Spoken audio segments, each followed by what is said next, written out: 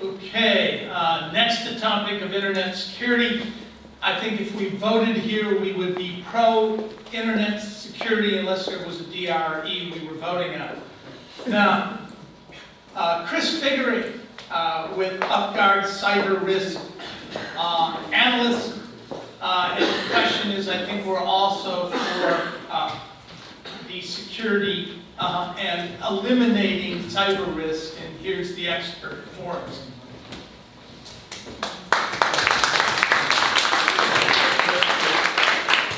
Kevin, you want to, I'm putting up on the screen the, Just 1 second, yeah. the Voting Rights Task Force. When you search, This is how you can find the page. I'm gonna go You can find the place can see and it. go into the search area on Facebook is sort of the blue, in the middle of the blue on the left side. You type in Voting Rights Task Force, and you'll get several selections. If you want the one that says conference, click on it and scroll down, and you'll see a live video of this.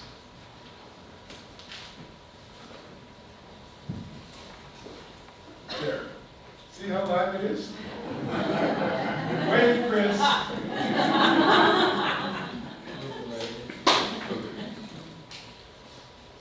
So, are we ready to begin? Okay. My name how many is, slides? no, I was kind of a last minute addition, I think, so. But a good addition. Well, thank you. Good to have. Move the mic closer. How's that? Is that better? Okay. So, I'm Chris Vickery. I am the Director of Risk Research for a cyber risk company named UpGuard. Most journalists refer to what I do and what we do as cybersecurity, but we're really more into the risk side of things than the security, just purely security side of things. You know, data breaches are going to happen. It's more about recovering and mitigating because it's an if not when type thing. Just a little bit of background on me. If you don't know who I am or you haven't heard any of my work, I'm the guy that came across data breaches for Verizon, Dow Jones, Viacom, Microsoft, Kansas Workers' Comp database, the entire Russian telecommunications infrastructure, which was published last week, as well as many voter data breaches. And that's what I'm here to talk about today, is voter data breaches, how they play into manipulation of elections and voter integrity and voter feelings, and plays into all sorts of current events. So let's see, I found the entire US voter registration database, or copies of it. Not that there's only one, but you know, copies of it 1, 2, 3, 4 times now. That's not good, because I'm one guy, and most of these, or half of them, were before I was even professionally doing this, looking for data breaches. When I was just a hobbyist, I was finding these things. The first one was in December 2015. That was 191 million Americans, and days later, about 18 million more that were from the same people that leaked the first one, but they were being enriched. They were being combined with survey data, all sorts of commercial databases like who likes NASCAR, who subscribe to different magazines, other things like that. So I caught them with their pants down, kind of, as they were in the enriching process of going through the whole entire voter registration rules, because they had tables in the database for each state. They had only gotten through Iowa and maybe a little after that when I found it. That was actually well, it's tied to a company named Pioneer Solutions Incorporated and United in Purpose. You may have heard of United in Purpose before. They are a ultra-conservative, religious, right-wing, get-out-the-vote company that claims to be a 501c3 or C4, but they're actually very, very partisan and shouldn't have charitable status. But anyways, moving on to the next data breach that I found was in June 2016. That was 154 million. That was from the company, well, it wasn't directly L2 Political's fault, but it was their data. They had sold it to a client. They had sold it to a client, and they never told me which client it was that had leaked this data, But they did tell me that they don't have many nationwide clients, and this was the entire nation, meaning people and companies that buy the entire national roll. And whatever client it was claimed that they were hacked, and their firewall was taken down, and at that point, that was when the data was made available and I came across it. They weren't saying that I hacked it, that I came across it after a hack. Keep in mind, this is before the 2016 election. This is before anybody was talking about hacking and voter rolls and everything. It was hard to even get a report to authorities. Nobody wanted to touch it. So there was a client of theirs that could have been a political party. Cambridge Analytica was a client of theirs during this time period. So it could have been them, who knows. So I think it would be important to get the CEO of L2 Political to name that client. I have emails from him verifying all this, but he never, as far as I know, has come forward and said which client it was. Then in July 2017 was the biggest US voter data breach ever discovered, I believe. That was 198 million. That was coming out of, well, the entity ultimately responsible for that was a company called Deep Root Analytics. They had put all this data up in the Amazon S3 cloud repository space without any sort of username or password, and I came across it. At first, they called it a hack and tried to say that I was a hacker and that I had illegally penetrated their vast defenses, which is not true. Then they took responsibility for it, and then when somebody filed a lawsuit against them, they went back to the whole "we were hacked, this guy's evil, blah, blah, blah" explanation. Interestingly enough, this illustrates the next point I was going to get to about voter data being laundered into commercial data. Because there was a section within that Deep Root Analytics file repository for ExxonMobil. And there were all sorts of tables in there about how voters would react to different oil incentives and topics and everything like that. And if this company, Deep Root Analytics, is supposed to be dealing with political issues and is using political data for commercial means, that seems problematic to me. But I'm seeing this more and more and more, especially as I came across the Aggregate IQ database, or file repository on their GitLab, the development arm, basically, of Cambridge Analytica. They appear to have been allowing for the laundering of data from the political side to the commercial side as well, through all sorts of systems where they have a master database. Some people refer to it as the database of truth. And copies of it come out, are put into escrow for the various clients, like the Cruz campaign, let's say. They take out all the stuff relevant to them, and anything that is improved upon that by the campaign is then fed back into this database of truth, this ultimate database collection of everything, if it's approved. Obviously, they don't want all the changes that may or may not be helpful to be added back in. But if they approve it, give the thumbs up, it's all passed back in. You got to keep in mind that this then allows that data that was improved by one campaign to go back and then go to another campaign if it's relevant to them. That's coordination between campaigns. It is, and I don't believe that's allowed. You're just playing ping pong with it at that point against a backboard. You're hitting it with the data, it goes against the wall, bounces to the next guy. There's no difference between you handing it to them and doing that. Let's see, another data breach that I skipped over. In September 2017, a coworker of mine named John, he found a Chicago database. It was at a bucket called ChicagoDB. No username, no password. It had over 1 million voters in it, 1.3, I think. This one was a little bit different because it had full driver's license numbers as well as the last 4 digits of the Social Security number, which are the important digits for everyone born before 2011, I think, because the first 2 sets of numbers in the SSN you can figure out if you know where somebody was born and what year they were born. You can figure that out. The last 4 digits are the sensitive part. I was able to look up Oprah's Social Security number, at least the last 4 digits of it. She was present in it, just as a test. Then I'm sorry, I need to take a quick drink here. This is not product placement, I promise.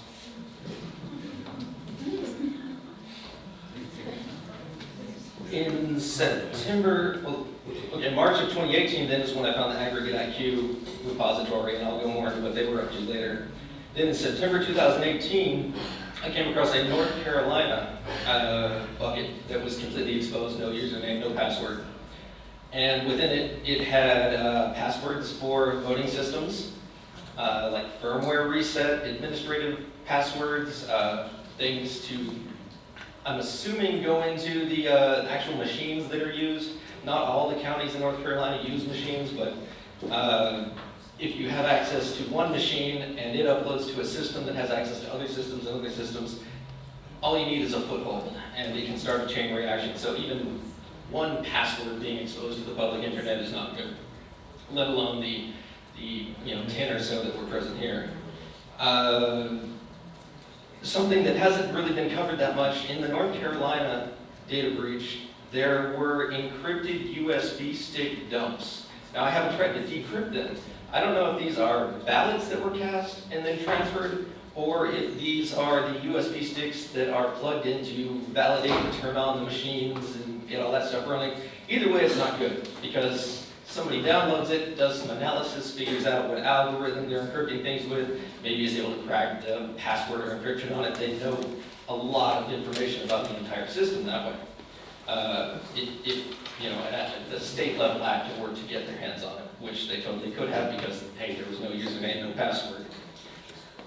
These voter data breaches, and this is all just one guy finding things, well, me and John, so that's two people. That's not good. Imagine if I had a team and a budget and, was willing to actually use passwords that I came across. This could get very ugly very quickly. And thank God I'm not, a member of a foreign nation that is adverse to the United States, because one guy can totally affect an outcome of an election. I guarantee you, if he finds the right stuff and is willing to do that. These types of data breaches fuel ID theft, not just the normal kind, where you have information on people and you want to, impersonate them or whatever. But as the Harvard Privacy Lab, more notably put out a paper on, if you have somebody's private details of all their voter registration details and information about them, in many counties, you can request a ballot by mail by going to a website, plugging in this data, and sending it either to the real address or another address, possibly, I guess. And when that person, at least they found for some of the counties, when that person shows up on election day to vote, they've already voted. And they have no idea, so they can't vote. There's all sorts of little tricks that can be done using data of who is deceased, who has voted early, who's an overseas voter. Like, for example, in the Deeper Analytics, the 198 million one, I had found a list of everybody that had voted overseas, and everybody, their home addresses, their names. Basically, I could enumerate who was serving across seas at the time in our military. And if somebody got a hold of this, you then have their home address, their home phone number. You can figure out who their family is. This is very easily a vector to foreign attack on U.S. troops. In the homeland, not overseas, but their families here in the U.S., which I think is a kind of a national security issue.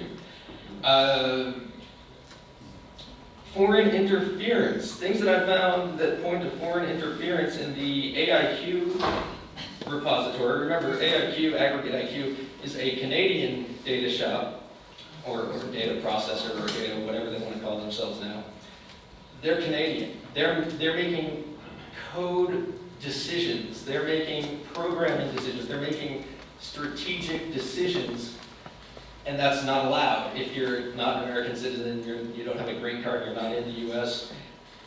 They claim to be fully Canadian owned and operated, which is not true, but still, just that fact alone means that's foreigners making strategic decisions in US campaigns. At least one of their developers was from, or is from Vladivostok, Russia. His name is Yaroslav Leontenko. He got access to the entire RNC Data Trust voter vault. I don't think that's a good thing. I'm not saying this guy necessarily is bad, but his sister has said that he's part of the Russian mafia at least once. She could have been kidding, I don't know, but it doesn't point in the right direction. Within those notes in that repository were also plans to spoof phone numbers, which is impersonate a different phone number than the one that you're using, in order to enable foreign call centers, and I'm quoting now, halfway across the world to call US voters. That is not a legal thing to be doing. And that's just the mindset. Think about all the things that they're probably doing that are not so easily enumerated in their own notes.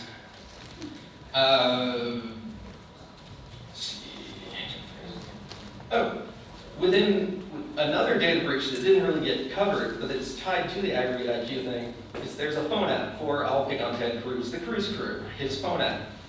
There's what's known as an API to it, which is a way to query database using just basically the internet browser. You can just use the browser bar, type in a special string, and it was open, no password, no special username or anything. For about a year after I found the aggregate IQ database, this API was exposed where everybody that had downloaded the Cruise Crew app had their name, their phone number, their email address, all of this exposed to anybody in the entire world that could type in a URL. And they were aware of this because when it was reported to them in March of 2018, this was pointed out to them. And they let it languish, Ted Cruz's campaign let this languish for over a year. Seems like it should have gotten more attention to me, but yeah. So the bottom line is that campaigns are coordinating. Whether they're directly handing it to each other is another question, but they are handing it to each other. Maybe not directly, but they are doing it. And right now the FEC is toothless and it can't even form a quorum, so I don't know if there's any way to stop them from doing this. The other bottom line, as far as computers and voting goes, software is not trustworthy enough to play a critical role, in my opinion, in the election process.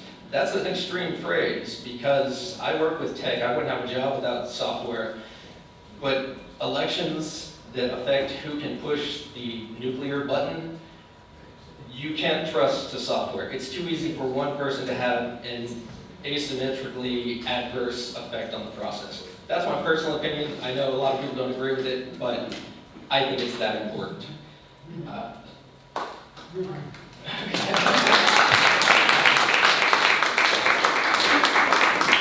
Any questions now?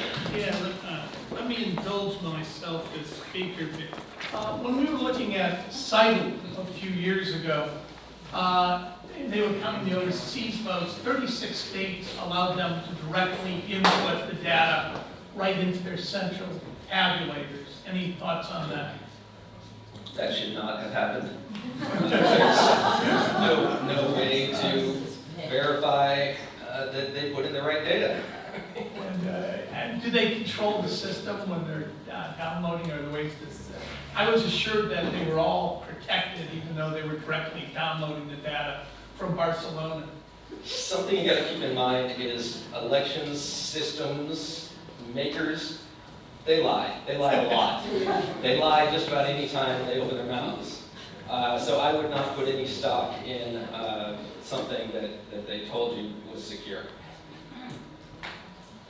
So I'm wondering if you could talk a little bit about what North Carolina's reaction was when you brought it to their attention, and what their excuse was, and whether or not you know whether or not they fixed any of those security, holes.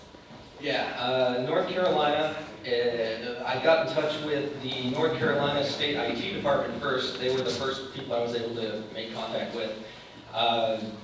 They said that the Board of Elections, who was in charge of the budget, was kind of rogue and did their own IT thing. and they didn't have much control over it. They actually used the phrase, "they are kind of rogue." That's a direct quote from the young woman in the IT department. I don't know if they have changed those passwords or how prolific those passwords were. However, they claim that they were passwords from 2012, but they were uploaded in the beginning of 2016 to this file repository. Why would you keep them around if you weren't using them? It wasn't like they were just part of another file. They were a file in and of themselves. I can't put any stock in their claims that these passwords were not still in use at some point somewhere important, especially right up to the 2016 election. Mr. Vickery, I'm Benny Smith. Hey, we've talked on the phone before. Yeah, we worked together. So I would just like to have you talk about one thing, but I would also like to underscore that you have two people in the room that, and he is doing infrastructure for a living, and me who writes software for a living. He's the missile. He knows how to get in, and I'm the warhead that knows what to do when you get inside. And both of us are saying the same thing. Both of us are saying that. Software is not alone in this space. He's one guy, and I'm one guy. So that's two guys that completes the circuit. That's just problematic. But when it comes to databases, the breaches that you were describing, is that something like a catalyst program where you have all of this organized information where they can do surveys and find out which messaging works for certain people, and you can start propaganda or all these other types of information, social engineering projects to make a result look like something that you're planning in advance, because you can put all of these fake stories out or fake likes and make something go in an AI function a way that it looks like an election is about to go away, because they have all this inside information they can make it look like they when the circuit is completed. Yeah, that's big business these days. There are a lot of companies doing that, and many more spawning every week. They seem to be like a hydra. Cut off one head, expose one head, they grow two more somewhere else. And they're all sharing data too. It's a big racket almost. Well, not almost, it is. Hi, I'm Lulu Freistad. I'm a journalist and co-founder of Smart Elections. Big fan of your work.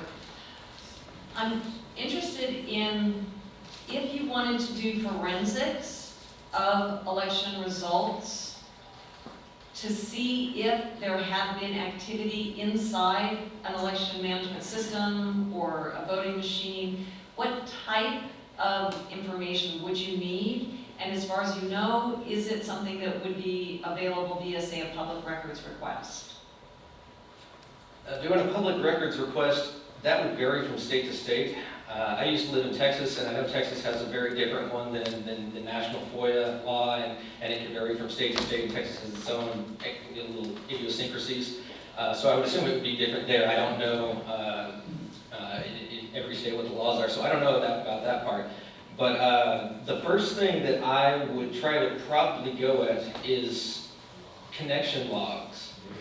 That would show you, if they were keeping accurate 100% logs of connections coming in and going out, that's a pretty basic function. A lot of systems are programmed to do that by default. You'd have to change it to make it not record those things. So I would try to get logs, if they retain them, since that election, of connections that go in and out. And that way you can map out, okay, this came from Belarus, that shouldn't have been connecting to North Carolina, we know something's up here. But the problem is that there's no incentive to keep those kinds of logs or do that kind of auditing, because it can only cause problems for the Board of Elections or whoever. It can raise questions. So it all depends what's being kept. That's what it comes down to. Anything that is actually reflective of that time period, an analyst can probably use some logical operations and figure out, okay, this means this, and points to that. So I would get anything you can, but I'm just afraid it doesn't exist anymore as far as we are from any elections. Well, you have to be very specific with public records requests. So, like anything you can, won't get you much, but connection logs to, request would be connection logs to an election management system or to a voting machine. And are you looking for like internet browser addresses? Is that what that means? Or Well, IP addresses. IP addresses, okay. Here's the way you can do it. Request the firewall logs, the logging, whatever the firewall log, because the firewall has to allow things in and allow things out and block things that are trying to come in that shouldn't be. And if they say, oh, we don't have those, we don't have a firewall, well, oops, they got a big problem there. They're not in compliance with all sorts of security issues. If they say, yes, we have a firewall, well, then these logs were generated. I guarantee it. Every single firewall that is worth any amount of money is going to be keeping logs. So the inbound and outbound, egress and ingress logs from the firewalls is what I would ask. The firewall logs from the election management systems, or from what? From their... Yeah, if that's what you're concerned about, yeah, the election management system. Whatever the central, either the central tabulator is, or the central location that sends out the counts, it's going to vary from place to place, but yeah, that's what I would ask for. Thank you so much. So in addressing the issue of not being stuck only on problems, I can see 3 ways to mitigate: technical, legal, and informational or educational. The legal's outside of the current scope, but technical, so two possibilities I want to hear your opinions about. Technical is you have, other than, that's what it say is through DEF CON, are there people who are technically trained who are working on trying to make find these breaches and make them public as fast as possible, other than 2 people, say? There's not many, and the problem mostly is, as it has been for years, when somebody finds a data breach, they are much more likely to stay quiet and hide and not say anything, because there is a mentality by elections companies, by states, by anybody that is going to be held at fault here. There's a mentality to call the person a hacker, to try to sue them, to try to get criminal charges brought. So there's very little incentive, unless somebody is really motivated to do the right thing, to come forward and find these data breaches and write about them. So I want to suggest that there's a real advantage to safety in numbers and having groups of people who realize that this is a problem, getting together and working on it. And specifically after they do that, the thing is to find simple ways to publicize it, because the issue with most of the technical breaches is anyone who's not familiar, their eyes will glaze over. If they know it's them personally who's been violated, it changes your reaction very strongly.